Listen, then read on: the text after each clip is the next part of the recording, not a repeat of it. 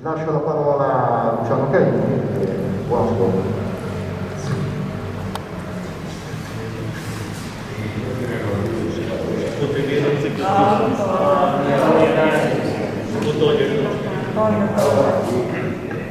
Ho chiesto appositamente al GOR che ha detto che il relatore può passarla.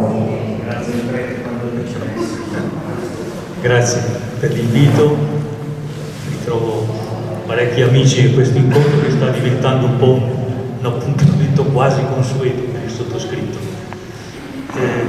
Là in fondo io vedo l'orario del campanile che mi sollecita ad essere sintetico il più possibile.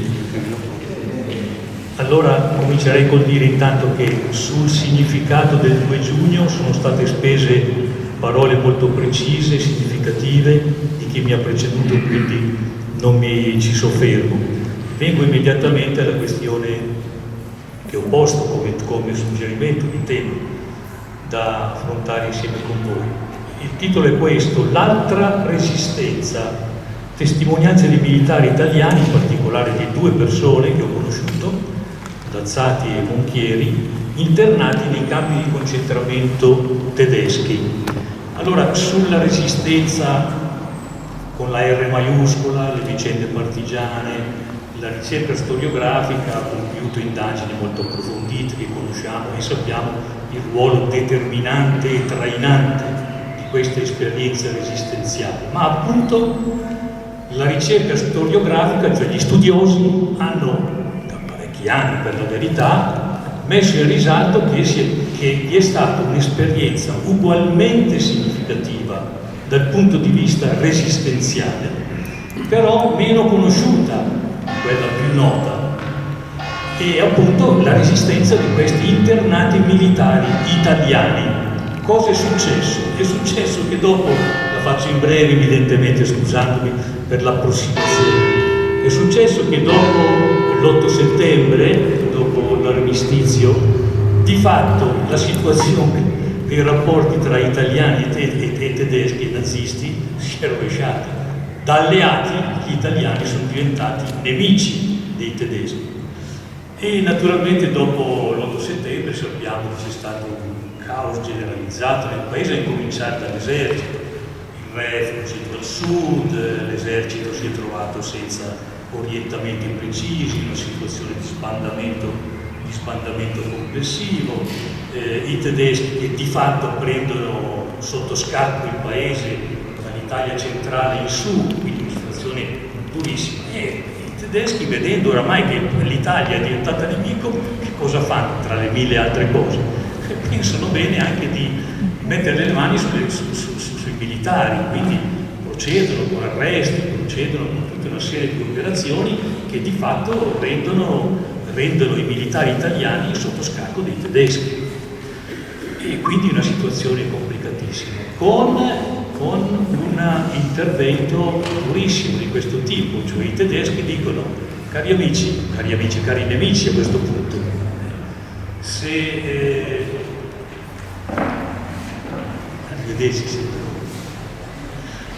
con una posizione di questo tipo, e dicono oramai voi siete i nostri nemici e dunque o accettate di combattere nelle file dell'esercito tedesco contro quelli che continuano per noi ad essere nemici, cioè gli alleati, oppure il vostro destino è la deportazione in Germania.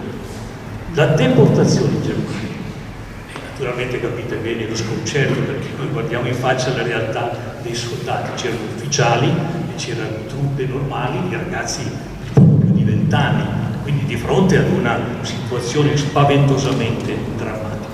Bene, che cosa è successo? Solo il 10% dei militari accettò l'arruolamento tra le file dei tedeschi, quindi con il fatto di venire in Italia a combattere contro gli italiani. Capite bene che drammatica erano venuti a porsi questi nostri giovani soldati. E solo il 10% dunque accettò l'arruolamento, gli altri vennero considerati dei prigionieri di guerra, questo era il loro status, che venne però subito cambiato internati militari, ecco la sigla che ricordavo in precedenza. Perché furono chiamati non più prigionieri di guerra ma internati militari? Perché con questo escamotage i nazisti pensavano di superare i regolamenti delle convenzioni di Ginevra del 1929 che proponevano una serie di attenzioni, di riguardi che anche i prigionieri di guerra dovevano avere.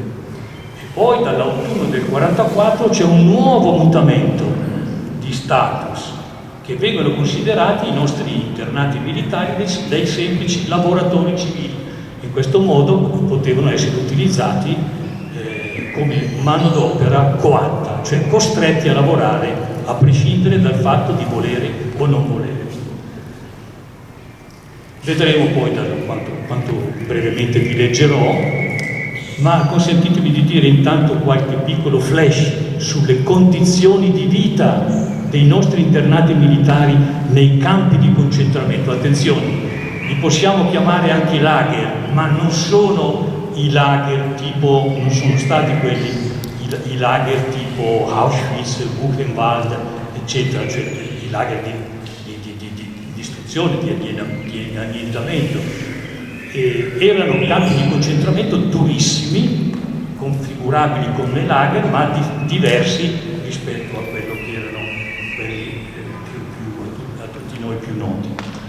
E come vivevano? Vivevano anche qui in alloggi di baracche privi di servizi igienici, ovviamente, e ospitavano delle piccole brande su cui letti di castello. Ogni internato aveva un pagliericcio e due coperte corte. L'alimentazione era assolutamente inadeguata. Tenete presente poi che i campi di detenzione dei militari raggruppavano migliaia e migliaia, 3, 4, 5, 6.000 internati. Quindi pensate che bolgia, in quale bolgia si trovavano dentro. E alimentazione inadeguata significava impossibilità a procurarsi del cibo per la sopravvivenza. E la vita era scandita da numerosi controlli e ispezioni, e frequentissime erano le punizioni anche di carattere corporale, vedremo poi qualche riferimento. In totale gli internati militari hanno subito perdite per malattie, per infortuni sul lavoro, per vita di stenti, di circa 50.000. Dunque ne sono stati espatriati circa 600.000, 50.000 sono morti per i motivi che vediamo. E vennero poi praticamente la gran parte costretti a lavoro forzato, a lavoro coatto. Dove li impiegavano? Li impiegavano in tutte quelle attività lavorative nelle industrie in cui i tedeschi avevano bisogno di tenere continuamente accesa l'attività, perché le esigenze della guerra erano tremende, avevano bisogno continuamente di produrre. Dunque vennero inserite nell'industria bellica, nell'industria pesante, nell'industria mineraria, nell'edilizia, eccetera, eccetera. E nel lavoro dei campi, perché nel lavoro dei campi i figli di contadini che erano in guerra evidentemente lasciavano scoperte tutte le attività di carattere lavorativo.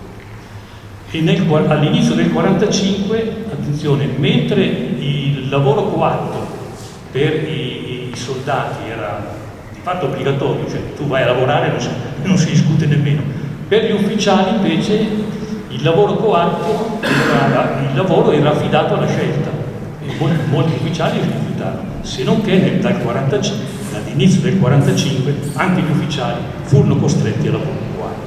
Bene, fatte queste piccolissime premesse per dire di che cosa stiamo parlando, mi concentro allora su due testimonianze relative a figure che ho avuto il modo di conoscere e che appunto mi sembrano significative in questo panorama di, pensate, ripeto, circa 600.000 internati militari. Chi sono queste due figure?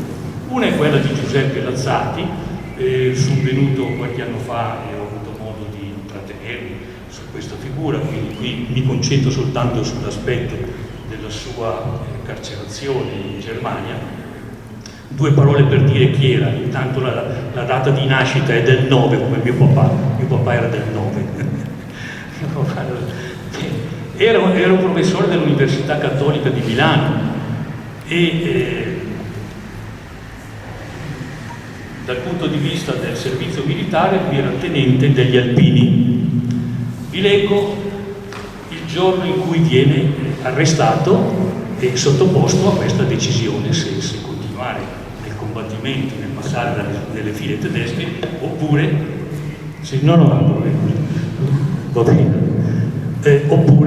oppure andare in Germania. Descrive così questo momento. Il mattino del 9 settembre del 43, agli ufficiali radunati in Merano nella caserma del Quinto Alpini, un ufficiale chiedeva ad uno se sceglievamo di essere fedeli al giuramento di fedeltà fatto con i soldati nel momento in cui erano entrati a far parte dell'esercito o di aderire alle formazioni fasciste, naziste, poi fasciste, perché di lì a qualche settimana dopo l'armistizio entra in funzione la Repubblica Sociale Italiana, cioè liberano Mussolini che era detenuto al Gran Sasso, lo mettono a capo di questa, come fantoccio, a capo di questa Repubblica Sociale Italiana, cioè una nuova formazione fascista che però era sotto il gioco dei nazisti, dei tedeschi. Allora la seconda scelta li avrebbe fatti rientrare nelle case. La prima significava deportazione. Il sì alla prima scelta suonò come grido di libertà e caricati sul camion cominciò quella deportazione che di lager in lager si sarebbe conclusa, nel caso di Lazzati, con il rientro a Milano il 31 agosto 1945, quindi 2 anni pieni di detenzione. Allora vi dicevo, fa questa scelta, io abbiamo fatto il giuramento al re e all'Italia, quindi non accettiamo, quindi partono per la Germania. E la cosa interessante da notare di Lazzati nei campi di concentramento, che cosa ha fatto? Ha fatto un sacco di cose, le riassumo in pochissime battute. Intanto tutta un'attività di carattere, diciamolo pure, spirituale, perché con i militari italiani c'erano anche molti cappellani, non che erano là a fare il cappellano perché spediti che so dal loro ordine religioso o del Vaticano, erano là perché erano anche loro dei deportati. E quindi là dove c'erano i cappellani si costituiva, se c'erano dei ragazzi, giovani, credenti, si costituiva un gruppo di attività spirituali, tanti dicevano la messa praticamente quasi tutti i giorni, e via via poi facevano tante iniziative. Per esempio Lazzati istituisce un gruppo del Vangelo. Cosa vuol dire? Un gruppo di persone che ogni giorno cercavano di riflettere un po' sul Vangelo, sulle pagine della scrittura, per tenersi anche un po' su, evidentemente di morale. E qui ci sono tante testimonianze di persone rientrate poi in Italia, che hanno illustrato questo modo di operare di Lazzati nei campi di concentramento. Sentite questa brevissimamente questa testimonianza. Dice, questo è un tal Ferranti, che è il suo compagno, dice, fu padre Villa, un simpaticissimo francescano, che vedendomi in campo di concentramento dice: sai, c'è qui Lazzati. Avere Lazzati con noi rappresentava senza dubbio un grande conforto, una cara consolazione, e la notizia mi riuscì subito graditissima e cercai di lui immediatamente, spiacendomi però nel tempo stesso che anche lui fosse coinvolto nella mia stessa dura sorte. E va avanti, c'è un altro che dice: sai, ho conosciuto in questi giorni il vostro presidente, perché è presidente dell'Azione Cattolica di Milano, Lazzati, e dice, ecco, trovai Lazzati davanti a una finestrella in una baracca, alle prese con una lametta da rasoio e uno specchietto appeso a un chiodo troppo alto perché la barba potesse riuscire in una operazione semplice. Mi vide e disse: oh, ciao, te set chi anche te. E la sua voce suonava calma, serena, buona, quella di sempre. Non lo lasciai più e attorno a lui ci stringemmo tutti quanti, ci conoscemmo, giovani di Azione Cattolica, formando un bel gruppo che molte volte ci fece dimenticare le tristezze del reticolato. Insomma, un'attività di questo tipo, avete capito, di carattere spirituale, ma poi un'attività ancora più ampia, di carattere culturale, cioè di riflessione su molte questioni, su molti temi, per dire in ultimo di un'attività di formazione di carattere prettamente politico. In che senso? Nel senso che, guardate, i campi di detenzione furono un'esperienza drammatica, ma furono anche un luogo in cui germinarono tante riflessioni nella prospettiva di pensare al futuro dell'Italia, al futuro del Paese. Quindi diventarono un centro di resistenza, perché questi giovani, ovviamente per i più formati, pensavano di ritornare e di ricostruire il Paese. Vi voglio semplicemente anche qui citare un episodio, una testimonianza legata all'incontro che Lazzati ha in un campo di concentramento con Alessandro Natta. Chi è Alessandro Natta? Alessandro Natta fu un personaggio politico molto importante, fu anche segretario del Partito Comunista Italiano. E Natta conservò sempre la sua amicizia profonda nei confronti di Lazzati. Sentite quello che disse una volta rientrato in Italia. Subito trovammo, pur partendo da culture diverse, il terreno e lo scopo di un'opera comune e solidale, quello dell'incoraggiamento morale e della maturazione politica dei tanti prigionieri. Cercammo di diffondere tra di loro un concetto nuovo, antifascista e democratico, di patria, di impegno civile, una fiducia nella rinascita nazionale e nel riscatto sociale degli italiani. Poi il dialogo tra noi, Natta e Lazzati, si fece più stringente attorno al tema grande e inedito di quale Italia costruire sulle ceneri della disfatta. Lui cattolico, io laico e già comunista, ed altri compagni di differenti condizioni filosofiche e politiche ci confrontammo. Bello questa cosa, che il futuro dell'Italia è frutto anche di questo dialogo, di questo confronto nei campi di concentramento di queste persone orientate ideologicamente in maniera diversa. Ci confrontammo con entusiasmo di costruttori sui caratteri, sui fondamenti, sui fini di una nuova comunità nazionale. Bella questa testimonianza di Lazzati. Ma Lazzati, che continuava a parlare quando era nelle baracche, a un certo momento venne accusato di essere un sobillatore e quindi fu costantemente spostato da un lager all'altro. Pensate, peregrinò da un lager in Polonia, in Germania più volte, fino in Olanda, perché dove andava lui parlava ed era considerato evidentemente un sobillatore. Pensate un po', nel 1944 Lazzati avrebbe avuto la possibilità di venire in Italia. Perché? Perché il rettore dell'Università Cattolica, forse ne avrete sentito parlare, un frate francescano, un tipo energico, padre Agostino Gemelli, trovò tutte le vie giuste per arrivare ai campi di concentramento in cui si trovava Lazzati, chiederne la scarcerazione, motivandola su quale ragione? Che aveva bisogno di docenti in università. Quindi capite che era appetibile questa richiesta, dopo tutti i patimenti che avevano sofferto. E qui c'è una risposta che dice l'uomo Lazzati, di fronte a questa indicazione, questa richiesta, che sarebbe stata accolta, ebbe una risposta sintetica, lapidaria, disse: per me resto. Capite che ci vuole forza ad fare l'affermazione di questo. Perché resto? Perché non voleva passare come traditore agli occhi dei ragazzi che aveva attorno a lui. Lazzati era più grande di loro, ho detto, c'erano dentro giovani di 22-23 anni, fino a 34 ormai, quindi era una figura autorevole, significativa per questo. Per me resto. E chiudo sulla figura di Lazzati, poi passo là, mi date ancora un po' di minuti, capisco che ora è micidiale quella. l'orologio della chiesa. Allora torna a casa, ho detto il 31 agosto del 45, 2 anni pieni, pensate, condizioni.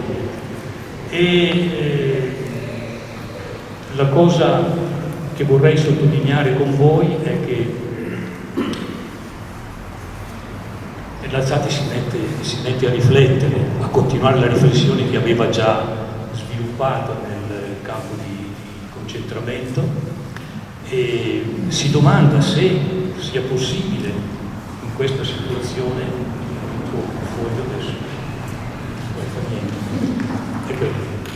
si domanda se sia possibile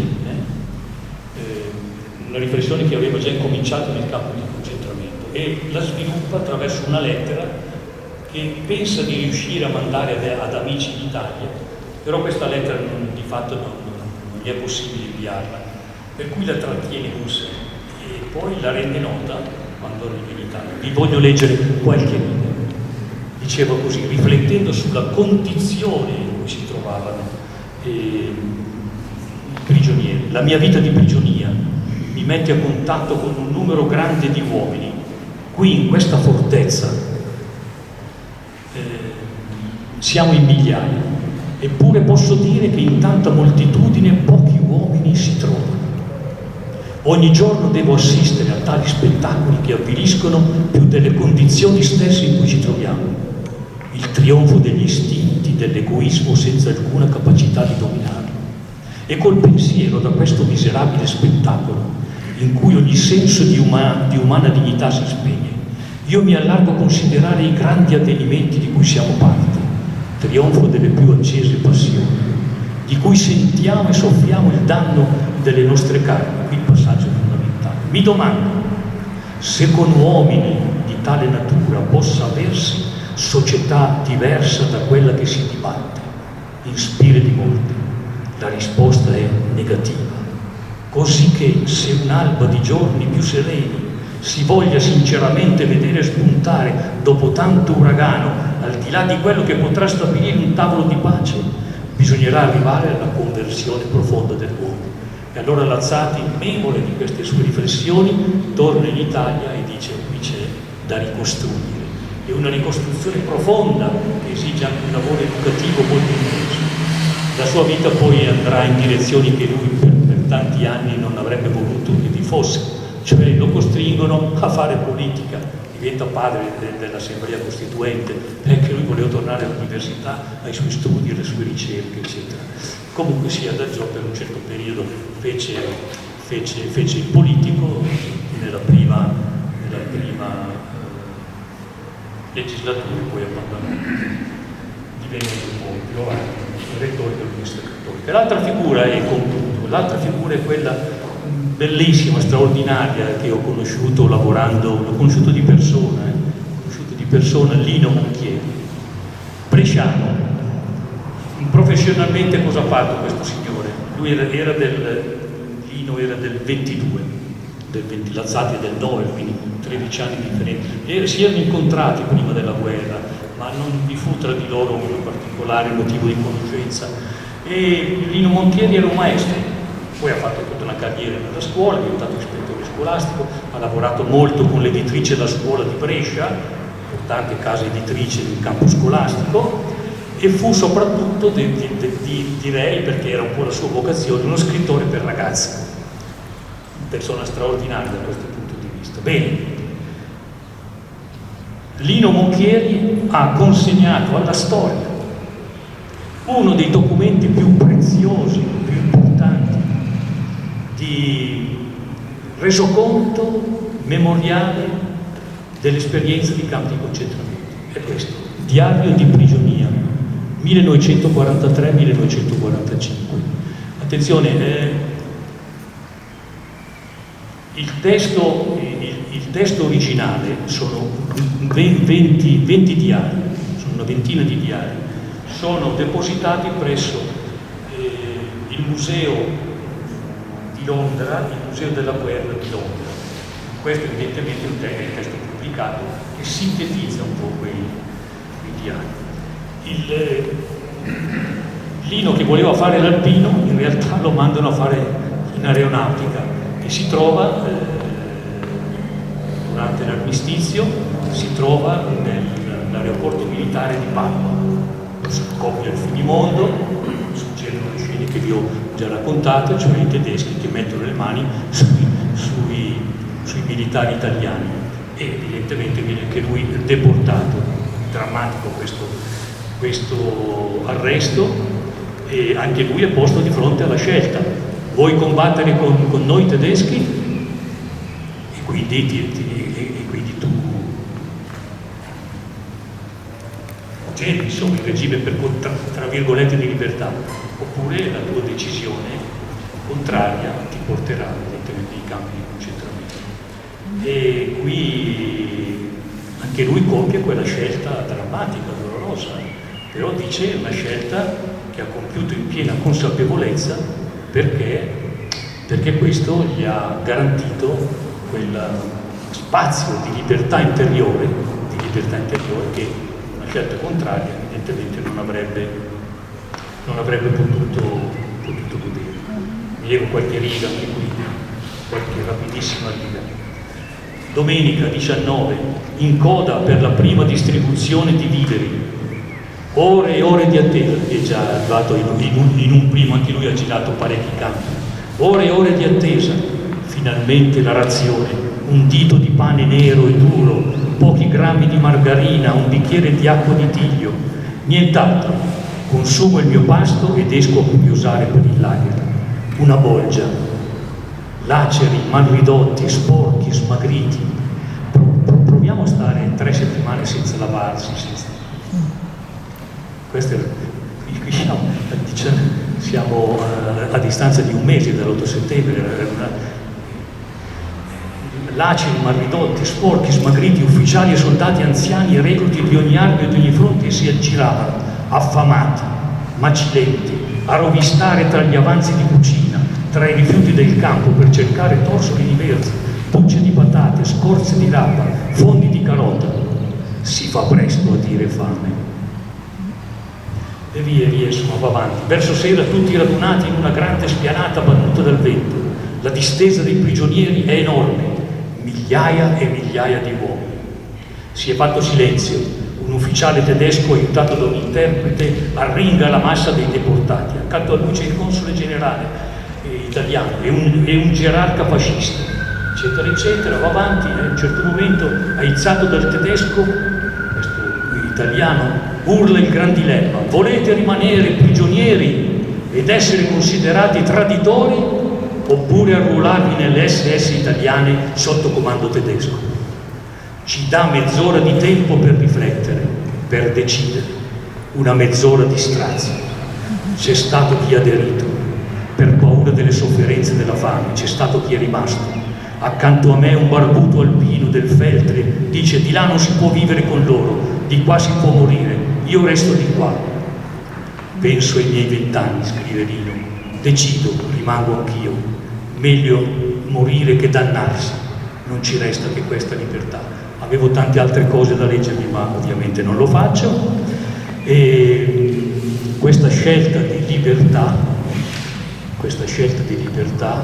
caratterizzerà tutto il suo modo di essere dentro i campi di concentramento, e farà esattamente cose analoghe a quelle che ha fatto Lazzati, cioè essere dentro questa bolla enorme, essere un elemento di incoraggiamento, di unificazione, di sostegno. È una cosa che è durata anche nel suo caso 2 anni. Lui rientra in Italia alla fine di maggio del 45.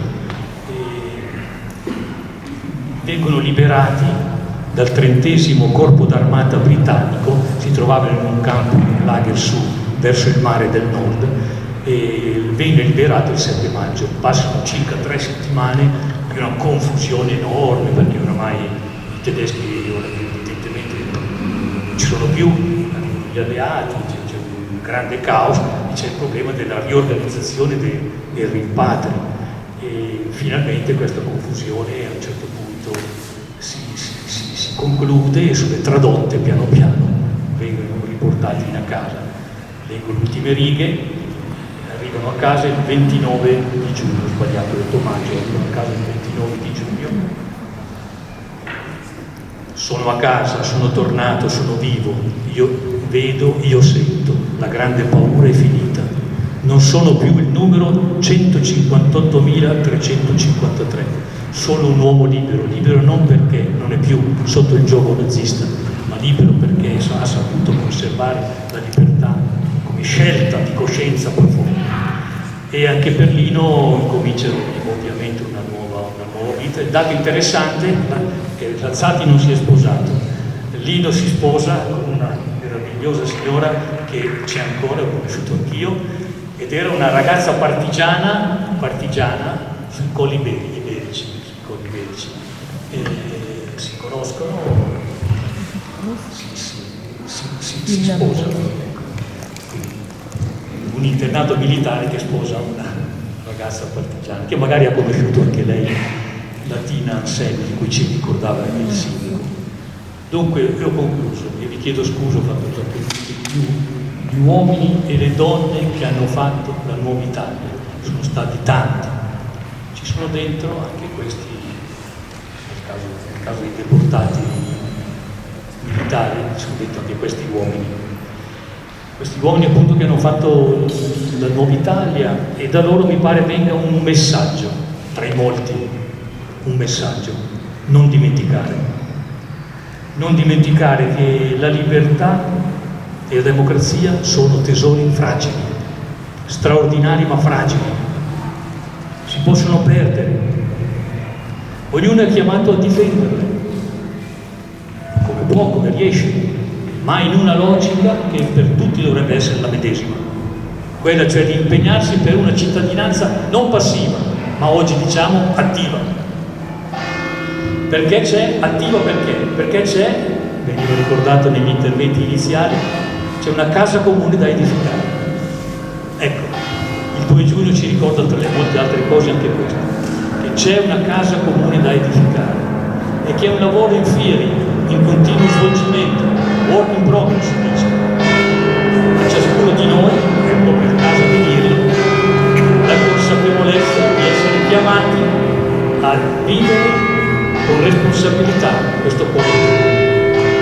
Se il 2 giugno di quest'anno ci aiuta a ritornare su questi pensieri,